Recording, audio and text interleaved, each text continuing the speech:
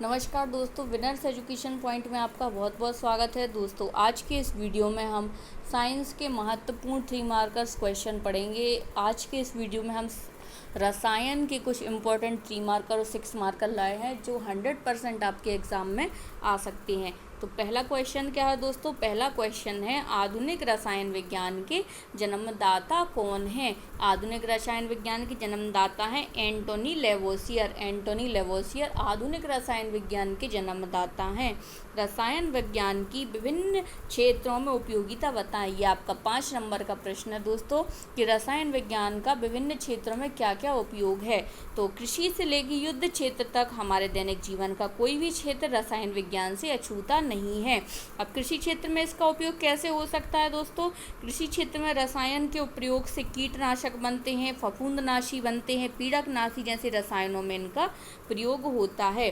तो वहीं उद्योग क्षेत्र में रसायन से दोस्तों सीमेंट, कागज, कपड़ा, साबुन, अपमार्जक, कृत्रिम रेशे, फोटोग्राफी, पेट्रोलियम इत्यादि उद्योगों में उद्योग क्षेत्र में रसायन का प्रयोग होता है। एक बार फिर देखेंगे, सीमेंट उद्योग, कागज उद्योग, कपड़ा उद्योग, साबुन, अपमार्जक इत्यादि में रसायन का प्रयोग होता है। अब हम देखते हैं स्वास्थ्य में। तो दोस्तों देखिए, स्वास्थ्य में भी चाहे औषधि निर्माण हो, रेडियम, कोबाल्ट इत्यादि इनका उपयोग कैंसर के उपचार में होता है।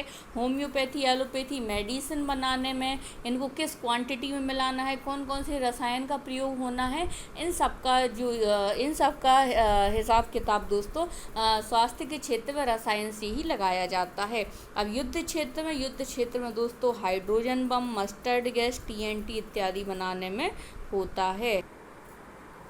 नेक्स्ट है फ्रेंड्स, हमारी युद्ध क्षेत्र में रसायन का प्रयोग किस प्रकार से हो सकता है। तो युद्ध क्षेत्र में दोस्तों हाइड्रोजन बम बनाने में, मस्टर्ड गैस, TNT, डायनामाइट इत्यादि बनाने में रसायन विज्ञान का ही यूज़ होता है। अन्य क्या है दोस्तों? मोटर कार, रॉकेट इत्यादि उपकरणों को बनाने में, इसी प्रकार पॉलीथीन, प्लास्टिक जैसी दैनिक उपयोगी वस्तुएं बनाने में भी रसायन विज्ञान का उपयोग होता है। तो आपको देखिए, अगर 6 नंबर में आपके 5 नंबर में प्रश्न आता है तो आपको इतना लिखना है, और अगर आपके दोस्तों 11 नंबर में प्रश्न आता है तब आपको इसको और एलेबरेट कर देना है, आपको फिर और एग्जाम्पल देना है दैनिक जीवन में। अभी आप कोविड-19 में कौन कौन सी वैक्सीन इत्यादि बनी हो उनका भी एग्जाम्पल दे सकते हैं। नेक्स्ट है दोस्तों, पदार्थ की कोलाइड अवस्था से आप क्या समझते हैं? ये 3 नंबर का प्रश्न है। पदार्थ की कोलाइड अवस्था क्या होती है? जब किसी पदार्थ के कणों का आकार 10 टू पावर, आप देखिए आप इतना लिख सकते हैं, जब किसी पदार्थ के कणों का आकार 10 टू पावर -4 से 10 टू पावर -7 सेंटीमीटर के क्षेत्र में होता है, तब पदार्थ के कण वितरित होते हैं, तो इसे पदार्थ की कोलाइडी अवस्था कहते हैं। जब किसी पदार्थ के कणों का आकार 10 टू पावर -4 से 10 टू पावर -7 सेंटीमीटर के क्षेत्र में होता है, तब पदार्थ के कण वितरित हो जाते हैं और इसे पदार्थ की कोलाइड अवस्था कहते हैं। तो 2 चीज़ याद रखनी है, कणों का आकार कितना होता है और पदार्थ के कण वितरित होती हैं। नेक्स्ट है, कोलाइडों के अनुप्रयोग क्या क्या हैं। जैसे अभी हमने ये पढ़ा कि पदार्थ की कोलाइड अवस्था क्या होती है, और अब हम यह पढ़ रहे हैं कि जो पदार्थ कोलाइड है उनके अनुप्रयोग किस प्रकार से होते हैं। तो कोलाइडों के अनुप्रयोग होते हैं दोस्तों औषधियों में, कपड़ों को साफ करने में, उदाहरण डिटर्जेंट में, जल की अशुद्धियाँ दूर करने में, उदाहरण फिटकरी में, खाद्य पदार्थ जैसे दूध, पनीर, अंडों की जेली, आइसक्रीम इत्यादि में कोलाइडों का उपयोग होता है। तो औषधियों में, कपड़ों को साफ करने वाले डिटर्जेंट में, जल की अशुद्धियों को दूर करने में, खाद्य पदार्थ जैसे दूध, पनीर, अंडों की जेली, आइसक्रीम बनाने में कोलाइडों का अनुप्रयोग होता है। ठोस द्रव गैस में अंतर बताइए। ये आपका 5 नंबर का प्रश्न है दोस्तों, बहुत इंपॉर्टेंट प्रश्न है और मेरे ख्याल से इस प्रश्न को आना ही चाहिए। 3 नंबर में भी आ सकता है, 5 नंबर में भी ये प्रश्न आ सकता है, तो हम 5 नंबर के हिसाब से इसको पढ़ेंगे। तो सबसे पहले ठोस द्रव गैस में हम किस प्रकार अंतर कर सकते हैं? हम अंतर कर सकते हैं इनके आकार के आधार पे। तो ठोसों का आकार निश्चित होता है, द्रव का अनिश्चित और गैस का भी अनिश्चित। तो देखिए, ठोस का बस निश्चित होता है, द्रव और गैस का अनिश्चित। फिर आयतन, ठोस का आयतन एक निश्चित होता है, द्रव का आयतन भी निश्चित होता है, लेकिन गैस का आयतन अनिश्चित होता है। अब बात करते हैं घनत्व की। तो ठोस में द्रव व गैस से अधिक घनत्व होता है, द्रव में ठोस से कम तथा गैस से ज़्यादा घनत्व होता है, और गैस में ठोस तथा द्रव दोनों से कम घनत्व होता है। ये मामूली बारीक से अंतर हैं, लेकिन ये अंतर मैं हमेशा आपको रिकमेंड करती हूँ, जब भी ऐसा टाइम आए तो आपको हमेशा अंतर वाले क्वेश्चन ही कवर करने चाहिए।